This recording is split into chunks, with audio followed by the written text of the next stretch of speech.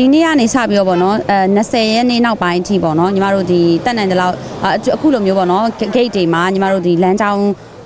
ပြရတဲ့ဒီစာရွက်လေးရှိရပေါ့နော်အဲ့စာရွက်လေးညီမတို့ဝေပြမျိုးရှိတယ်ပြီးတော့တချို့လူကြီးရေဆိုလို့ရှိရင်အရန်စာလုံးတည့်ရခါကျဖတ်ဖို့အဆင်မပြေရဟာမျိုးဆိုဘယ်လိုသွားရမလဲလာမိလို့ရှိရင်ညီမတို့ဖုန်းတွေထဲမှာ software ထည့်ထားရပေါ့နော်အဲ့ software တွေကနေညီမတို့တို့လမ်းကြောင်းရှာပြီးတယ်ပြီးရင်ရေးပေးလိုက်တယ်ပေါ့နော်စာရွက်မှာဒီနံပါတ်ကိုစီးပြီးဘယ်ရောက်ရင်စင်းပြီးအဲ့ရနေဘယ်ကိုပြန်စီးအဲ့လိုမျိုးပေါ့အဲ့လိုမျိုးသိချာတော့ရှင်းပြပေးပါရှင်ဟုတ်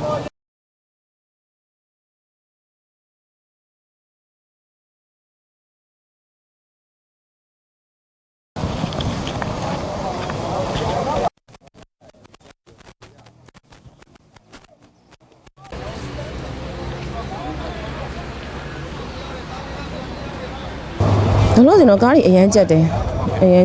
ခုလာတာဆိုတကယ်တော့ကိုရောက်ရှင်တဲ့နေရာတက်နေရပေါ့အဲ့ကားနဲ့မှလည်းသိတယ်သို့တော့အဲ့ကားကြီးအရန်ကြက်ပိတ်သိမ့်နေတော့မတက်တော့ဘူးအဲ့တော့ကိုယ်ပတ်ပြီးလာတဲ့ကားပဲရောက်ဖြစ်တယ်လို့စီးလာလိုက်တယ်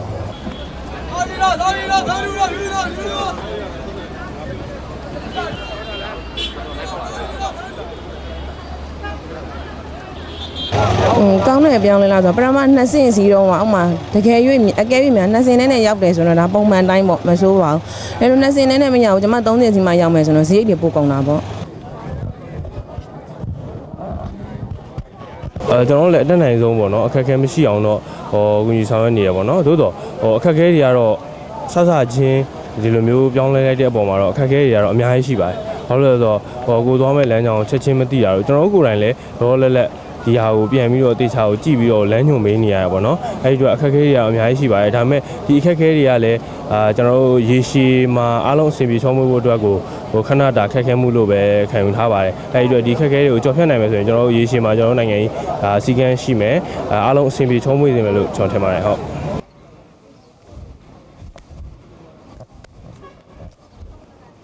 ကောင်းမှစနစ်တစ်ကပြောင်းလိုက်တာဟုတ်ကောင်းတယ်ဆိုတာဆဆချင်းရက်ကတော့အကုန်လုံးကအချိန်ကမတိကျအောင်ဖြစ်နေလားမသိဘူးမလာဘူးကားကြီးစောင့်နေဟုတ်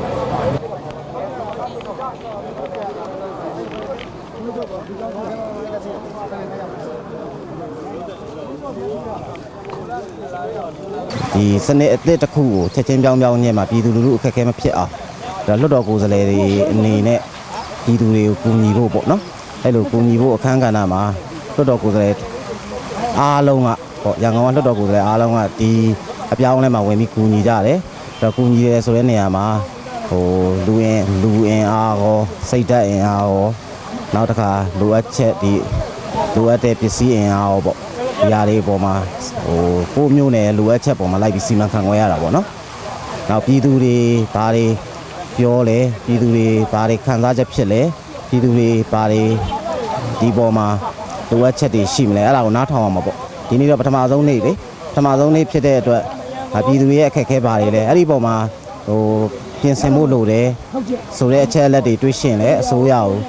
ဒါကိုပြင်ဆင်ဖို့တိုက်တွန်းရမှာပေါ့အကျိုးဆိုရမှာပါဒါရန်ကုန်မြို့ရဲ့အပြောင်းလဲဆိုတာအရေးကြီးတဲ့အပြောင်းလဲပဲလေနောက်တစ်ခုကဗျမ်းမရာဖြစ်နေတဲ့စနစ်တစ်ခုကိုတည်တည်ချာချာစနစ်တကျဖြစ်အောင်ပြောင်းတာဖြစ်တယ်ဒါပြည်သူတွေကိုလည်းနားလည်အောင်ရှင်းပြရမယ်အခက်အခဲတွေလည်းကူညီရမယ်လိုအပ်ချက်တွေရှင်းလဲဒါပြင်ဆင်ဖို့အတွက်တိုင်းဒေသကြီးဆိုးရအောင်တိုက်တွန်းရမယ်ပေါ့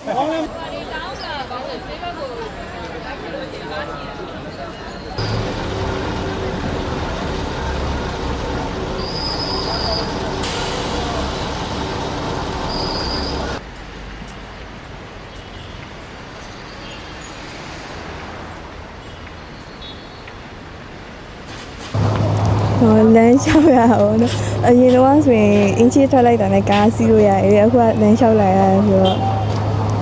အခက်အခဲရောရှိပါတယ်အခုကတော့အစဖြစ်လို့လားမသိဘူးเนาะအခက်အခဲရောရှိရပါဟုတ်နည်းနည်း line တွေကိုထပ်ပြီးတော့နည်းနည်းတိုးတွေ့ရင်ကောင်းမယ်လို့ထင်ပါတယ်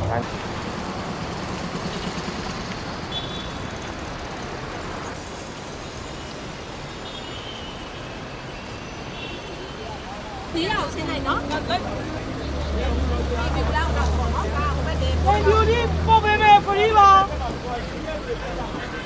တော့ဆိုတော့စီးရကတော့မရောက်တော့စီးရကမရောက်တော့အခုကပတ်စီရတော့ဟုတ်ကဲ့ဟိုကျွန်တော်ကြည့်နေတော့ပဲအခုဒီဟုတ်အဲ့တခုပါပဲနောက်အဆင်ပြေပါပါကြာတော့